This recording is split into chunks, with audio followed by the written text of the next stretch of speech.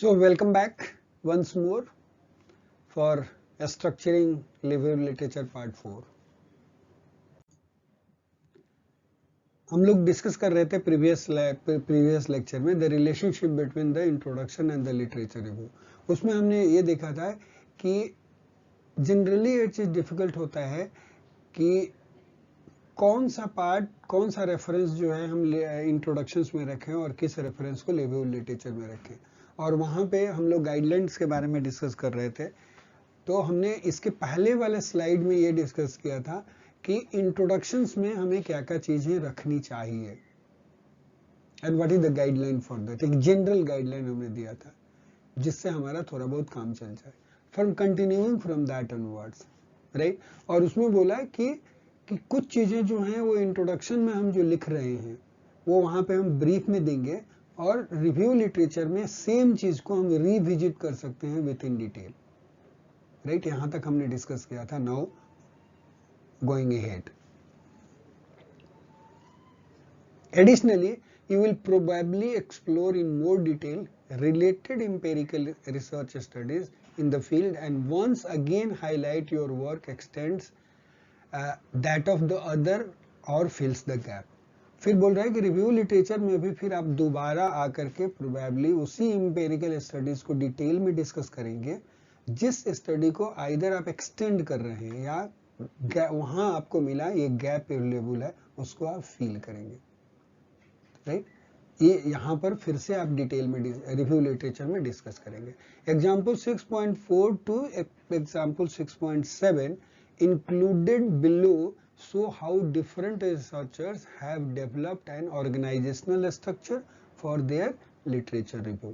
तो हम लोग एग्जाम्पल 6.4 से लेकर के एग्जाम्पल 6.7 को डिस्कस करेंगे एक एक करके and we will gain some understanding regarding how to develop organizational structure for our literature review. Fine? Okay, good. They illustrate how the categories for reading led into the argument step, मतलब leading जो है, how the categories for reading led into argument steps and the section headings in the literature review।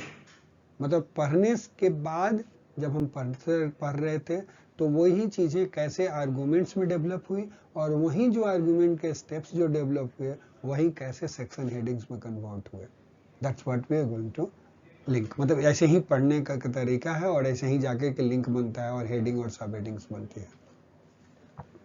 The extracts also show how each of the researchers gives an overview of the structure of the literature review in the introduction section of the chapter to signal to the reader how the argument will be presented।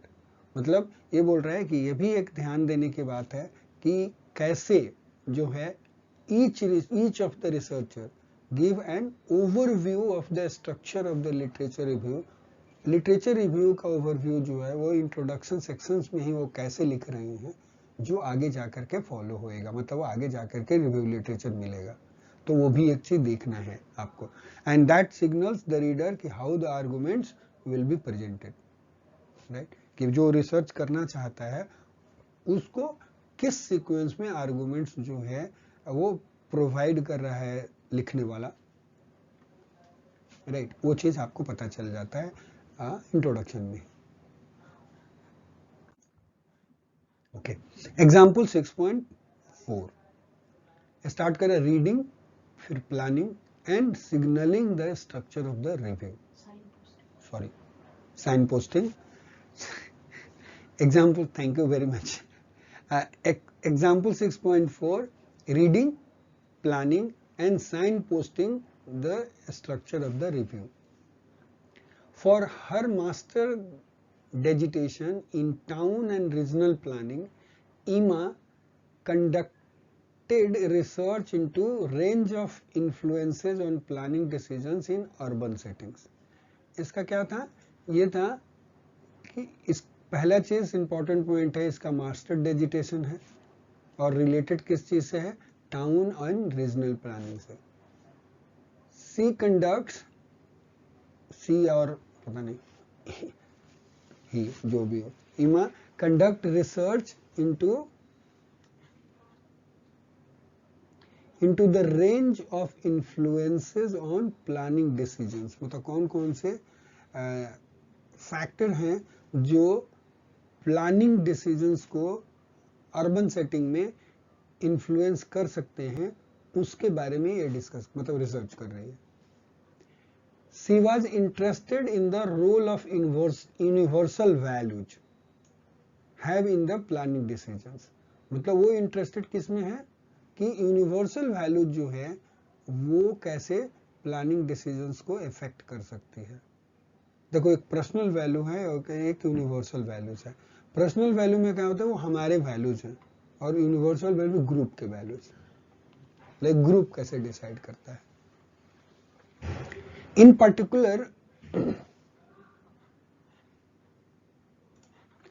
particular those decisions which are concerned with conservation and regeneration issues, उसमें भी issue जो है वो जिस decisions की बात कर रहे हैं, it is related with conservation and regeneration issues से रिलेटेड है।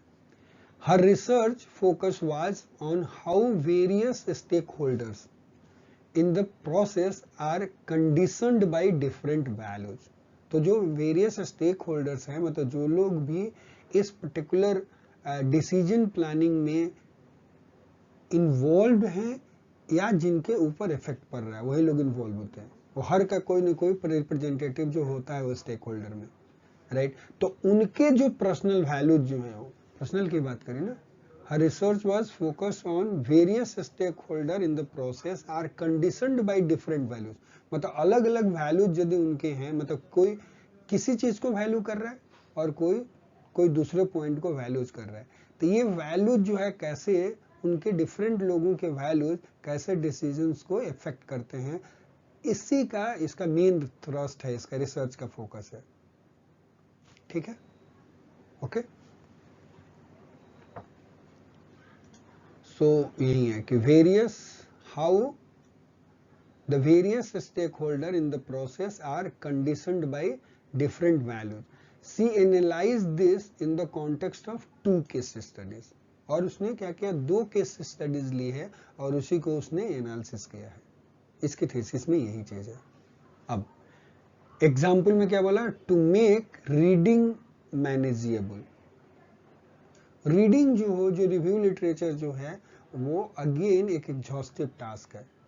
तो पहला रीडिंग को कैसे मैनेज करना है, तो बहुत सारे पेपर पढ़ने हैं, राइट। तो कैसे मैनेज करना है, to make reading manageable what she is doing, she broke it down under the following headings. हम लोगों ने भी वही किया, 3 सब हेडिंग्स में डाल दिया उसको मैनेज ही करने के लिए। पहले हम ये करेंगे, फिर दूसरा, फिर तीसरा, ऐसे करके। So she broke it down under the following headings. पहला, the role of values in the planning research. अब इससे रिलेटेड पहले वो काम करेगी, इससे रिलेटेड जो भी डेटा जो है वो इकट्ठा करेगी, पेपर देखना है उसको। दूसरा उसने क्या किया, stakeholders in the planning decisions, इसके ऊपर रिव्यू लिटरेचर। और फिर थर्ड जो बना, universal values in relation to the planning. So ये तो रीडिंग की बात हो गई, और भी आगे बढ़ा है। Particularly in place in planning decisions, participatory planning क्या होता है, then conservation in urban settings and regeneration in urban settings. तो ऐसे ऐसे उसने अपने 7 डिफरेंट पार्ट में अपने थीसिस को, केस स्टडीज को एनालिसिस करने के लिए उसने 7 डिफरेंट पार्ट में उसको ब्रेक कर दिया। छोटे छोटे पार्ट को मैनेज करने और पढ़ने वाली है। This resulted in the following framework और architecture for her review literature which appears in chapter 2 after the introduction of vegetation। अब वो क्या कर रहे हैं, ये रीडिंग जो 7 डिफरेंट पार्ट में उसने ये किया, उससे उसको एक आर्किटेक्चर मिला, रिव्यू लिटरेचर उसको कैसे लिखना है, एंड वो जो है वो चैप्टर 2 में डाल रही है अपने रिव्यू लिटरेचर को, जो इंट्रोडक्शन के बाद आ रहा है। The headings which appear in the context page जो कंटेंट जो पेज जो है वो वहां पे क्या क्या चीजें अपीयर हो रही हैं, वो हो रहा है लिटरेचर रिव्यू एंड इंट्रोडक्शन पहला। उसके बाद द इम्पोर्टेंस ऑफ वैल्यूज क्या है, उसके बाद the public interest and stakeholder के relationship, universal and the particular, the value of conservation and regeneration in historic urban quarters, implication for conservation regeneration initiatives, the case studies, right. देखो यहाँ पे already 2.6 तक आ चुका है, यहाँ पे 7 part में उसने ब्रेक किया था, राइट। हर पार्ट से उसको कुछ न कुछ चीजें मिल रही हैं जिसको वो अपने पार्ट में जाकर के लिख रही है, उसका सेक्शन हेडिंग्स बन रहा है। तो वहीं पे बोला planning reading, it is converted into the argument step. Argument step, it is getting converted into your headings, subheadings of your review literature. ठीक है जी। The connections can be seen again with introductory paragraph of her review, which outlines how she is going to discuss the literature which underpins her research. अब देखो यहाँ पे क्या कर रही है, वहां पे एक कनेक्शंस बना रही है। Connections can be seen again in the introductory paragraph for her review which outlines how she is going to discuss the literature. ठीक है, अब वो एग्जाम्पल में यहाँ पे बता रहे हैं। अब देखो ये कनेक्टिंग लाइन्स है, ऐसे लिखने की आदत डेवलप करनी पड़ेगी हमें, यहाँ पे सीखने की बात है। पहले हमें जो कुछ भी लिखना है इंट्रोडक्शंस में लिख दिया, अब कनेक्टिंग लाइन बन रहा है। As stated in the introduction, this study is about values in planning and use, the relationship between conservation and regeneration in historic urban quarters as an illustration. ठीक है, this chapter introduces the value approach to planning, looking firstly at why question of values are so important. अब आगे जब चल रहे review literature में तो पहला ये बात बोल रहे हैं कि why values are so important, उसके बारे में वो डिस्कस करने वाले हैं। वैल्यू अप्रोच क्या है, उसके बाद क्यों इतना इंपॉर्टेंट है। It then consider 3 notions fundamental to the approach in more depth, उसके बाद डेप्थ में those of public interest and stakeholders relation, the relationship between the universal and the particular, and finally the implication for participatory planning. The final part of this chapter considers the relationship between the practices of conservation and regenerations and the values surrounding them and explains the choice of case studies. Basically आगे क्या चीज आने वाला है उसको उसने brief summarise कर दिया, और समराइज जो किया वो वही किया कि जो वहां पे हेडलाइंस दिए थे उसी को वर्ड्स में ब्यूटीफुली स्ट्रक्चर कर दिया कि भाई आपको आगे क्या मिलने वाला है। अब जो भी आगे बढ़ेगा वो वहां पे उसका डिटेल मिलता जाएगा हर सेक्शन में। Is it okay? बहुत very nice. Okay, example 6.5 signposting and structuring the review. यहाँ पे in her PhD thesis on education for sustainable development, ये पीएचडी थीसिस का पार्ट है जो किससे रिलेटेड है, वो है एजुकेशन फॉर सस्टेनेबल डेवलपमेंट। यहाँ पे क्या है, ऑथर जो है वो क्या कर रहा है, outlines the organisational structure of her literature review and 2 different places. 2 places पे रिव्यू लिटरेचर के ऑर्गेनाइजेशनल स्ट्रक्चर को डिस्क्राइब करता है। पहला इन द इंट्रोडक्शंस में, वो इंट्रोडक्शन में जाके कर रहा है, और वो इंट्रोडक्शन के सेक्शन 1.4 में। आउटलाइन ऑफ द थीसिस में कर रहा है, एंड इन सेक्शन 2.1 में which is the introduction of her literature review. अब वहां पे क्या है, सेक्शन 2.1 जो है उसका खुद का इंट्रोडक्शन है लिटरेचर रिव्यू का। See the table of content of full thesis in chapter 1 में वहां पे दिखाया था हमने, एग्जांपल 1.4 में वहां पे एक्सप्लेन किया हुआ है। Include the paragraph from the beginning of our literature review section 2.1 below. अब वहां से उठा रहा है कुछ पैराग्राफ उसका, ये समझने के लिए कि वो कैसे साइन पोस्टिंग और बाकी चीजें जो हैं उसको इलस्ट्रेट करना चाह रहा है. अब वहां पे लिख रहा है एग्जाम्पल में, the main body of the review consist of 5 section. देखो यहाँ पे भी वो इंट्रोड्यूस कर रहा है. To set the scene for and to provide contextualizing information about the research topic, I critically review the notion of SD section 2.2 and the history of sustainable education in section 2.3. I move on to discuss 4 key curriculum perspectives: technical, socially critical, liberal progressive and post-modern perspective and their relevance to sustainability education section 2.4. Amongst the 4 perspectives, I focus on the last 3 as the theoretical framework of the research. Finally, I introduced English and Chinese He and their respective responses to sustainable education, their difference and similarities in section 2.5, as well as issues involved in learning across the national and cultural boundaries section 2.6. Basically वो क्या कर रहा है, introduction sections में आकर signal, यही sign posting है. Sign posting मतलब यहाँ पे जाओगे तो आपको ये मिलेगा, यहाँ जाओगे तो ये मिलेगा. अब ये देखो ये चीज कहाँ डिस्कस किया हुआ है, बोला नहीं कि नोशंस का डिस्कशन जो है, critically review the notion of SD, वो कहाँ मिलेगा, सेक्शन 2.4 में. तो ये साइन पोस्ट है, ऐसे करके लिखना. You got it? समझ में आ रहा है? जैसे साइन पोस्ट में लगे, यहाँ जाओ तो वहां वो चीज दिखेगा, उसके बाद ये दिखेगा, उसके बाद ये दिखेगा, लाइक दिस. तो whole thing they have explained at the end of the discussion, मतलब सॉरी इंट्रोडक्शंस के last. To focus more specifically on one part of literature review chapter, we shall now turn to section 2.4. यदि हम ये देखना चाह रहे हैं कि स्पेसिफिकली एक पार्ट जो है उसका, उसने कैसे फोकस किया रिव्यू लिटरेचर के एक पार्ट को, तो वो बोल रहा है कि सेक्शन 2 में now we shall now turn to section 2.2.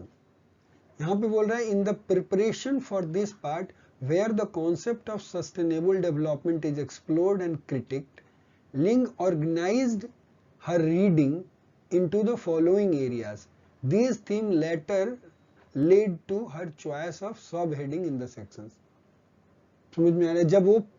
जब भी ये लोग पढ़ते हैं ना, वो कॉन्सेप्ट ऑफ सस्टेनेबल डेवलपमेंट की बात अब यहाँ पे वो उसको एक्सप्लेन करना है, तो ये बोल रहा है, और उसके क्रिटिक्स भी उसको डालने हैं. तो बोल रहा है कि when she was reading, she organized her reading into the following areas.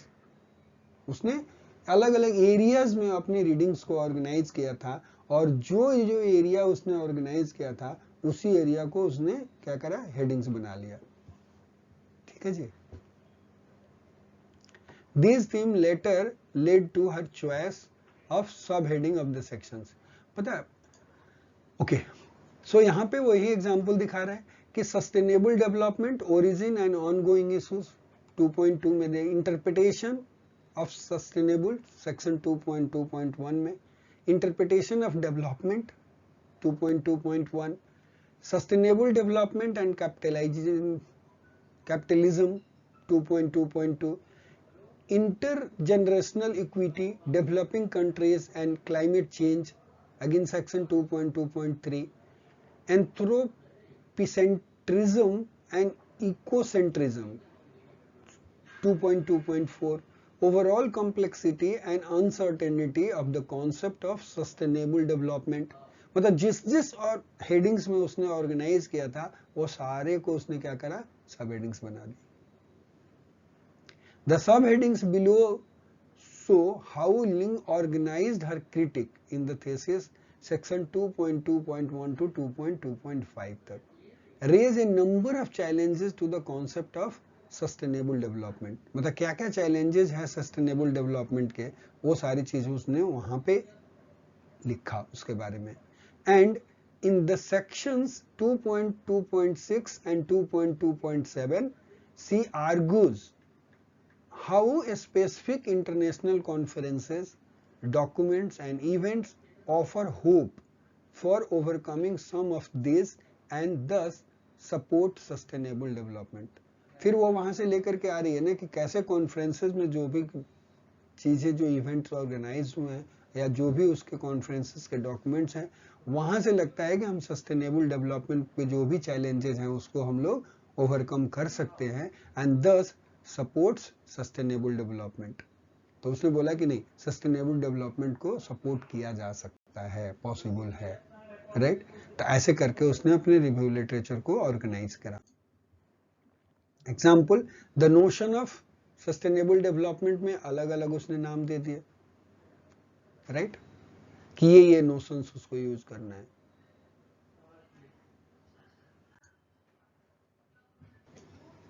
Okay, example 6.6, the introduction and the literature review.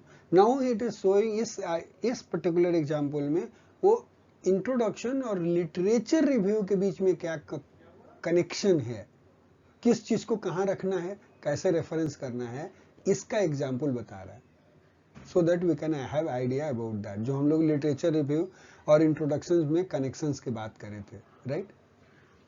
So this example is taken from the doctoral research है पहला चीज। और इन्वेस्टिगेशन किस चीज पे हुआ, इन्वेस्टिगेशन जो हुआ information management among health visitors in UK पे, ठीक है। जो हेल्थ विजिटर जो यूके में है, बोल रहा है information management among health visitors in the UK. जो लोग भी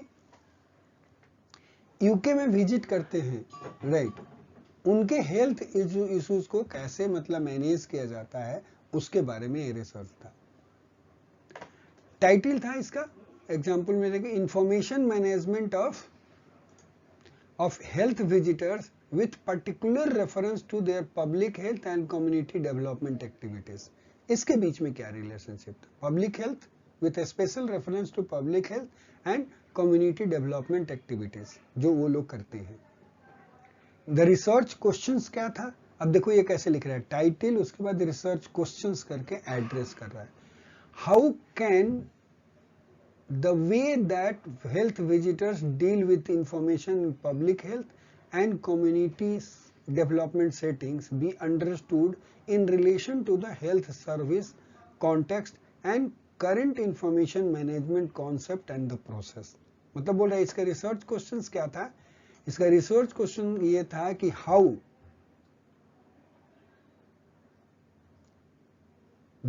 how can the way the health visitors deal with the information in public health, health visitor जो है वो इंफॉर्मेशन को कैसे डील करते हैं, how they deal with public health and community development settings में, राइट। इसको कैसे समझा जाए, बी अंडरस्टूड, वो लोग कैसे डील करते हैं, इस बात को कैसे समझा जाए in relation to the health service context, health service जो प्रोवाइड होता है उसके कॉन्टेक्स्ट में, and the current information management concepts and process. जो अभी मैनेजमेंट इंफॉर्मेशन का जो कॉन्सेप्ट है और जो प्रोसेस है उसके करंट इंफॉर्मेशन जो है इस पे उसके रेस्पेक्ट में कैसे समझा जाए।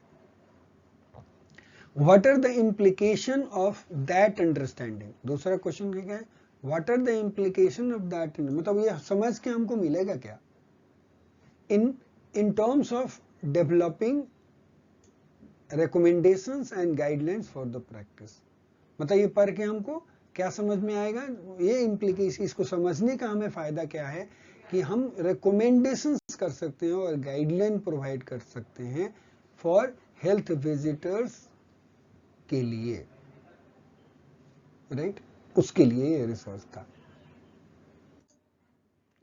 रीडिंग कैटेगरीज, उसने जो पढ़ाई शुरू करी तो उसकी कैटेगरीज क्या थी, तो रीडिंग कैटेगरीज जो थी, it will develop following categories for reading, information management, उससे रिलेटेड हिस्ट्री क्या है, कॉन्सेप्ट, प्रोसेस, प्रीवियस रिसर्च क्या हुए, यूजर स्टडीज क्या हुई, इंफॉर्मेशन नीड्स क्या है, इंफॉर्मेशन सीकिंग बिहेवियर्स क्या होता है, oh my God, information audit and methodology, assessing needs, information management in the NHS, strategy क्या होती है, प्रॉब्लम्स क्या है, अचीवमेंट्स क्या क्या हुए, needs and resources, public health, health visiting, currently developed work, government policies and legislation in the public health. देखो इतने सारे सब हेडिंग्स पे उसने मटेरियल इकट्ठा किया और पढ़ा। आपको समझ में आ रहा है? देखो कैसे लोग इन डेप्थ स्टडी करते हैं, लिटरेचर रिव्यू करते हैं, उसके एक एक एस्पेक्ट को एक्सप्लोर कर रहे हैं। This led into the following structure for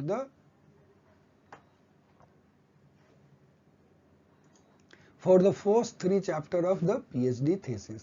तो इससे क्या हुआ, फर्स्ट 3 चैप्टर बना उसका पीएचडी थीसिस का। Chapter 1 introduction, page number 3 to page 3 से 9, 6 पेज। उसमें क्या बना, the motive of the research क्या है, रिसर्च क्वेश्चंस क्या है, वो उससे बना। करंट कॉन्टेक्स्ट क्या है, change in UK NIH service, change in UK government policies, a focus on the community, NHS policies जो है maximising the potential of IT information technology. Focus of the research क्या था, definition of information management, justification of the research क्या है, outline of the chapter of the thesis यहाँ पे दी। फिर उसके बाद चैप्टर 2 शुरू होता है, information management on page 10 to 39। ठीक है, यही बोला ना, नहीं 10 to 39 यही बोला, नहीं बोला दूसरा कुछ बोल दिया। अच्छा ठीक है, पेज नंबर 10 to 39 इंट्रोडक्शन, फिर इंफॉर्मेशन मैनेजमेंट, यहाँ पे भी history, concept, processes, research in the context of information management, information management in the NHS.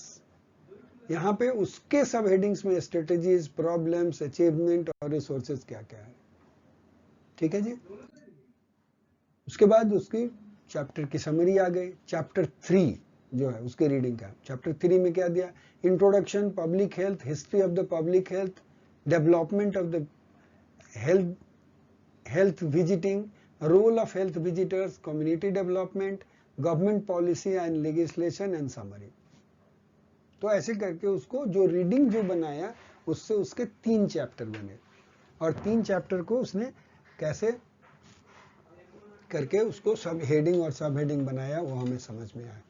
अब क्या है ना, इसको अच्छे से समझने के लिए ना बुक रख करके आप और अच्छे से रिलेट करोगे, और तब अपने वर्क से रिलेट करोगे तो और दिमाग शायद हो सकता है कि खुलेगा और आप लोग यूज कर पाओगे उसे, इस पूरे इंफॉर्मेशन को। ठीक है। In the terms of the purpose served by the references to the literature, the different chapters covers the following. मतलब हर चैप्टर में different chapters cover the following क्या? The introduction outlines the current context in relation to the National Health Service, information management and the government policies. States the research questions and research focus. Justifies the research and provides definition of information management. At the end of this chapter, an outline of the content of each chapter of the thesis is given. ठीक है, ये chapter 1 में मतलब ये शुरू किया। ठीक है, इतनी चीज कवर करने के बाद यहाँ पे जाकर के आउटलाइन दे रहा है, content of each chapters in the thesis is given. Chapter 2 again outlines the historical context on information management and information management in the National Health Service, introduces the concept and terminology relevant for the field, and shows how the current research addresses a gap in the existing research. फिर जाके chapter 3 gives more detail of the historical and current context within the field of the public health. The conclusion to the chapter 2 is included below. Right. अब last में chapter 2 जो है वो conclude कैसे कर रहा है? The phrases used give an example of how researcher signals, right? Signals what she is doing in relation to the literature in different chapter of the thesis. Again यही सब चीज signal है कि मतलब वहां पे signal, sign postings वो बताया ना, सिग्नलिंग और साइन पोस्टिंग में देखो क्या, साइन पोस्टिंग में हमेशा आप ये बता रहे हो कि यहाँ पे चाहोगे तो ये मिलेगा, सेक्शन 2 में ये, इसमें ये 2.2.1 में ये ऐसे करके मिलेगा, वो साइन पोस्टिंग। और सिग्नलिंग में देखो क्या बोल रहा है, समरी ऑफ द चैप्टर 2 में लिख रहा है, this chapter has discussed information management concept in general and recent developments with regard to information management in the NHS. The need for information management research into how health visitors deal with the information has been highlighted. The next chapter reviews the literature regarding the public health and community development activities of the health visitors in order to show that this area is particularly relevant for research. समझ गए? तो ये क्या कर रहे हैं, signal बता रहे हैं कि आगे के चैप्टर में आपको क्या क्या चीजें मिलने वाली हैं, राइट?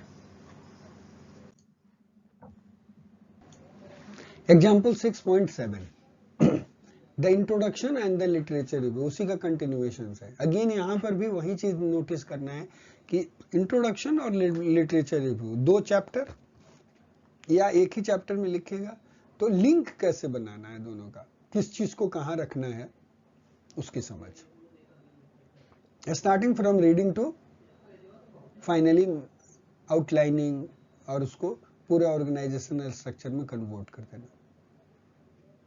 ठीक है जी। The study here was a master digitations and looked at the effect of instruction on two aspects of English as a foreign language. English as a foreign language learners pronunciation पे है, the production of a specific feature of pronunciation and general intelligibility पे। Extracts in example 6.5 are adapted from Murray 2001 referred to in the earlier chapters. Basically ठीक है, मतलब जितनी चीजें यहाँ पे वो आगे लेके जा रहा है फर्स्ट चैप्टर में ही वो इंट्रोड्यूस कर चुका है ये सारे, कि ये आर्टिकल उठाऊंगा, वो जो एग्जाम्पल उसी को आगे चल के वो एक्सटेंड कर रहा है और अच्छे से बता रहा है हर जगह पे। सो एनीवे चलो इसका टाइटल जो था, बट एनीवे ठीक है, title the effect of formal instruction on English as a foreign language pronunciation acquisition, a case study from Germany, ये टाइटल उसने दिया था। ठीक है जी। हाइपोथेसिस देखो, अब यहाँ पे देखो लिखने का तरीका देखो, एक हाइपोथेसिस की तरह, रिसर्च हाइपोथेसिस क्या है, H0 which is the null hypothesis, क्या बना है, a course of pronunciation instructions does not improve a learner's production of a specific feature of pronunciation। ये learner production जो है एक specific feature है pronunciation का, वो कोर्स यदि कोई चला रहा है प्रोनाउंसिएशन इंस्ट्रक्शंस का तो उससे वो इम्प्रूव नहीं होता, ऐसा उसका नल हाइपोथेसिस है। Alternate hypothesis H1, a course of pronunciation instruction improves a learner's production of a specific feature of pronunciation। H0 again, a cause of pronunciation instructions does not improve learners general intelligibility, वो general इंटेलिजिबिलिटी को भी improve नहीं करता। और H1 क्या बना, एक course of pronunciation instructions improves a learners general intelligibility, मतलब हमेशा नल हाइपोथेसिस का उल्टा अल्टरनेट हाइपोथेसिस होता है। ठीक है जी, गुड। कैटेगरीज फॉर रीडिंग, क्या क्या कौन कौन सी उसने कैटेगरीज बनाई थी रीड करने के लिए, तो फीचर ऑफ प्रोनाउंसिएशन एंड इंटेलिजिबिलिटी में के बारे में पढ़ना, second language learning and acquisitions के बारे में हेडिंग बनाई थी पढ़ने के लिए, सेकेंड लैंग्वेज इंस्ट्रक्शंस के बारे में पढ़ा, pronunciation instructions, other factors that influence effective pronunciation, architecture of the first 3 chapter of the digitation which was developed from the reading, जो ये पढ़ा था उससे जो आर्किटेक्चर डेवलप हुआ is shown in the following extract from the content page. वो content page में दिख रहा है। कंटेंट पेज में क्या था, इंट्रोडक्शन आया, उससे वहां से निकाला justification of the research, the context, the English language teaching institution and learners, outline of the dissertation. Chapter 1 उसके बाद शुरू किया लिटरेचर रिव्यू। लिटरेचर रिव्यू में दिया historical background, target pronunciation and intelligibility, research into the effects of instructions. फिर अब research into the effects of instructions में उसने सब हेडिंग बनाया कि second language research, pronunciation research.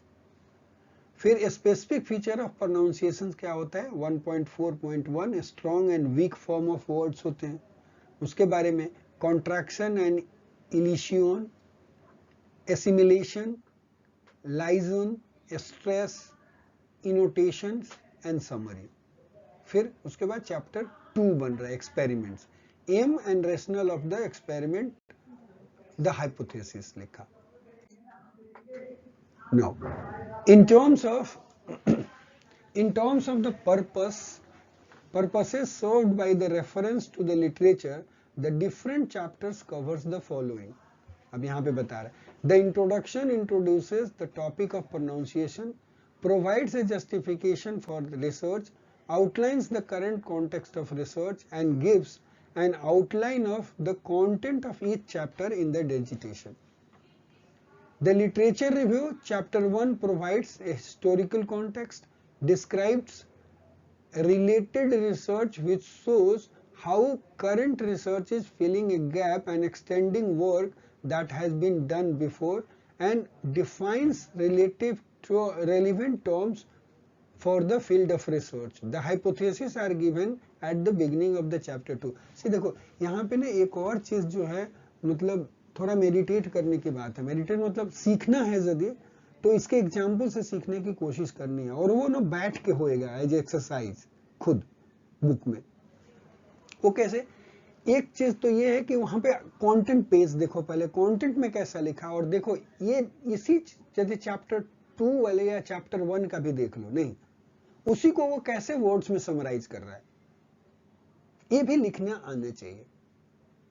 वो सोच के ही होएगा, जब दिमाग बैठ करके लगाएंगे एक एक चीजें, तब जाकर के वो पकड़ पाएंगे हम कि हम इस चीज को ऐसे लिख सकते हैं। And they have written beautifully, इसमें कोई डाउट नहीं, right. The final paragraph of the introduction is included below to show the way in which researcher signals again how the literature is integrated into the dissertation. देखो ये बहुत important concept है, इसीलिए बार बार वो दिखा रहा है कैसे सिग्नल करता है आगे का बात। यदि मान लो कि एक इंट्रोडक्शन अलग लिख रहे हो, लिटरेचर अलग लिख रहे हो, तो इंट्रोडक्शन के लास्ट में कैसे आप सिग्नल दे रहे हो कि आगे क्या मिलने वाला है, या साइन पोस्ट क्रिएट कर रहे हो, वो एक इंपॉर्टेंट कॉन्सेप्ट है और हमें करना चाहिए। Okay, so that is important. वो इसके एग्जाम्पल में फिर बता रहे हैं, having briefly outlined the rational behind the study, the first chapter will review the pertinent literature on the effects of instructions, both on the second language learning in general and also specifically on pronunciation. Other factors involved in the learning process will also be considered, since second language acquisition is a highly complex process. By considering the research in the field, a general framework will be provided for the study and the discussion presented in the second chapter. Finally, the first chapter will present an outline of the specific feature of pronunciation under consideration in this study. The second chapter will describe the experiment that was conducted to investigate the effects of instruction on pronunciation and present the data analysis and a discussion of the result. In the final chapter, the constraints of this study will be discussed, followed by implications for further research. ठीक है, तो कैसे उसने ये signal कर रहा है कि आगे आपको क्या मिलने वाला है, वो एक लिंकिंग होना चाहिए। दिस इज, देखो ये लिंकिंग और कोहेरेंस सारा खेल ही यही है एक अच्छा लिखने का। कि आपको एवरीथिंग लॉजिकल होना चाहिए। और किस ढंग से आप बात कर रहे हो कि नेक्स्ट क्या आने वाला है, मतलब उसके आप पूरा रिवील भी नहीं कर रहे हो, but still you are creating a like उसको क्या बोलते हैं, ये एक हिंट्स, हाँ हिंट्स सिग्नलिंग तो कर ही रहे हो, मतलब आप ना उसको, मतलब आप बांधे रखना होता है ना कि भाई आप आगे जाके पढ़ो, समथिंग लाइक दिस, मतलब यू आर क्रिएटिंग हुक कि गो ए कम हेड, आ जाओ इधर आओ, something like this. Good. Task 6.2, reflecting on your own research field. Ask your supervisor to recommend a thesis or dissertation in your field. Boulder, look carefully at the content page and identify whether a distinct chapter or chapters constitute the review literature. Read the introduction and the review literature chapters. Identify the purposes for which the researcher is using the related literature. Note in particular the way the various purposes are realized in either the introduction and oblique or in the literature review.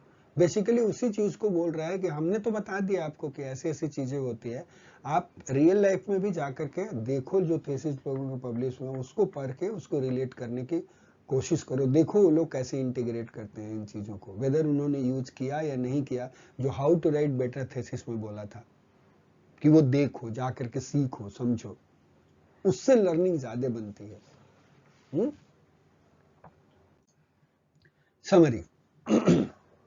To summarize, this chapter has considered the cyclic, continuous, interconnected nature of the various processes involved in the literature review. Techniques for starting to write about the relevant literature of your field. The various structures that might be adopted for literature review or different parts of it. ठीक है जी? The relationship between the introduction and the literature review हमने ये discuss किया. Some examples from the dissertation and these which show how different researchers have organized their use of literature. ये चीज हमने discuss किया, right? So thank you very much for being patient with me. Good. ये लो जी.